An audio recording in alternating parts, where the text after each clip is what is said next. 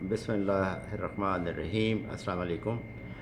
آج کا ہمارا جو ٹاپک ہے وہ حضرت خولہ بنت حکیم اور حضرت عثمان بن مدعون رضی اللہ تعالی عنہ ہے۔ حضرت خولہ بنت حکیم کی شادی حضرت عثمان بن مدعون رضی اللہ تعالی عنہ سے ہوئی تھی۔ کچھ اسکالرس کے مطابق یہ دونوں 20ویں مسلمان ہیں، اور لیکن اکثر اسکالرس کے مطابق یہ 14ویں یا 15ویں مسلمان ہیں، یعنی بہت ارلی میں شروع کے مسلمان السابقون الاولون میں سے ہیں۔ حضرت عثمان بن مدعون حضرت عبداللہ بن عمر رضی اللہ تعالیٰ عنہ اور حضرت حفصہ رضی اللہ عنہا کے مٹرنل انکل تھے یہ، اور ان کی جو بہن تھی حضرت زینب رضی اللہ تعالیٰ عنہا، وہ حضرت عبداللہ اور حضرت حفصہ رضی اللہ کی ماں تھی، یعنی حضرت عمر رضی اللہ تعالیٰ کی بیوی تھی۔ جب عثمان رضی اللہ تعالیٰ عنہ اور حضرت زینب نے اسلام قبول کیا تو اس کو چھپا کے رکھا، حضرت عمر سے چھپا کے رکھا اس کو، اور اس کے بعد پھر جب ایک ہی وقت میں یہ صحابی جو تھے، میں بتاتا ہوں ان کے نام، یہ سب مسلمان ہوئے۔ یہ سارے حضرت ابو صدیق رضی اللہ عنہ سے ملے، اور حضرت ابو صدیق رضی اللہ تعالیٰ عنہ ان کو لے کے آپ صلی اللہ علیہ وسلم کے پاس چلے گئے۔ اور یہ کون ہے؟ یہ ہے حضرت ابو عبیدہ بن حارث، عبد الرحمن بن عوف، حضرت ابو سلمہ، حضرت ابو عبیدہ بن جراح۔ یہ تقریباً 1 گھنٹے کے اندر سارے مسلمان ہو گئے تھے اکٹھے، اور پھر ان کے خاندان بھی مسلمان ہوئے۔ لوگ حضرت عثمان بن مدعون کو اکثر مکس اپ کر دیتے ہیں حضرت عثمان بن عفان رضی اللہ تعالیٰ عنہ سے۔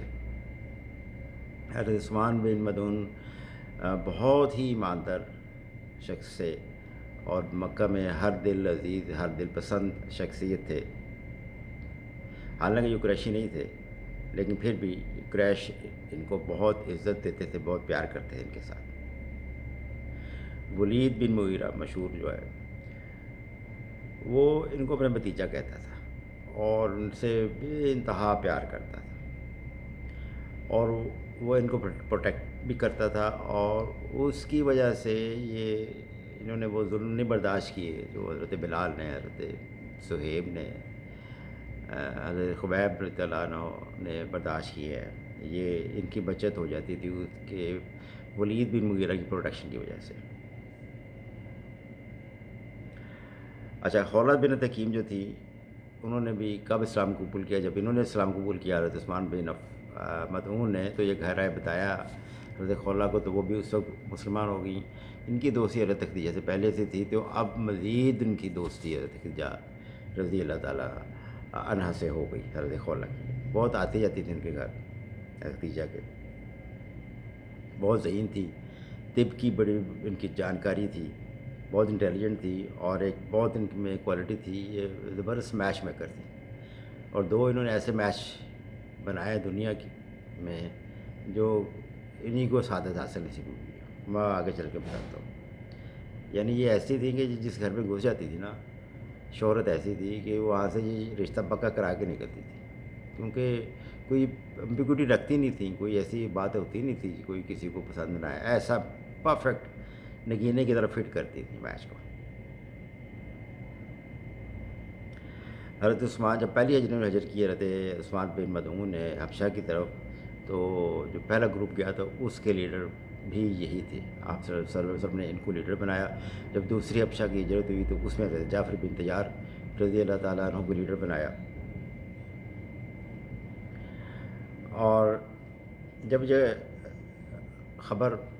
لوگ چلے گئے تو وہاں پہ ایک جھوٹی خبر پہنچی تھی کہ مکہ کے لوگوں نے اسلام قبول کر لیا، تو بہت سے صحابہ اور صحابیات وہ واپس آ گئے تھے یہ خبر سن کے، لیکن یہ خبر جھوٹی تھی، تو یہ بھی واپس آ گئے رہتے عثمان بن مدعون اور حضرت خولہ رضی اللہ تعالیٰ عنہا۔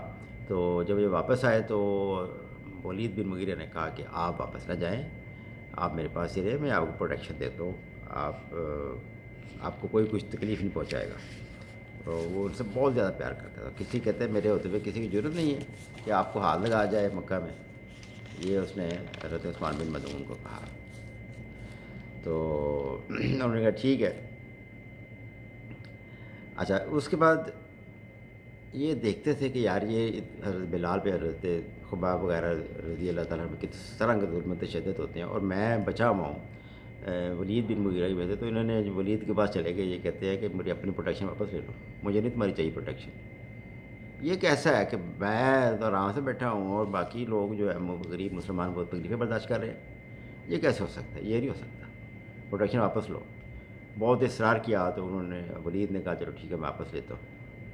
تو پھر یہ ایک دن مکہ کعبہ کے اندر چہل قدمی کر رہے تھے، تو وہاں پہ ایک شاعر بیٹھا ہوا تھا، لبید اس کا نام تھا.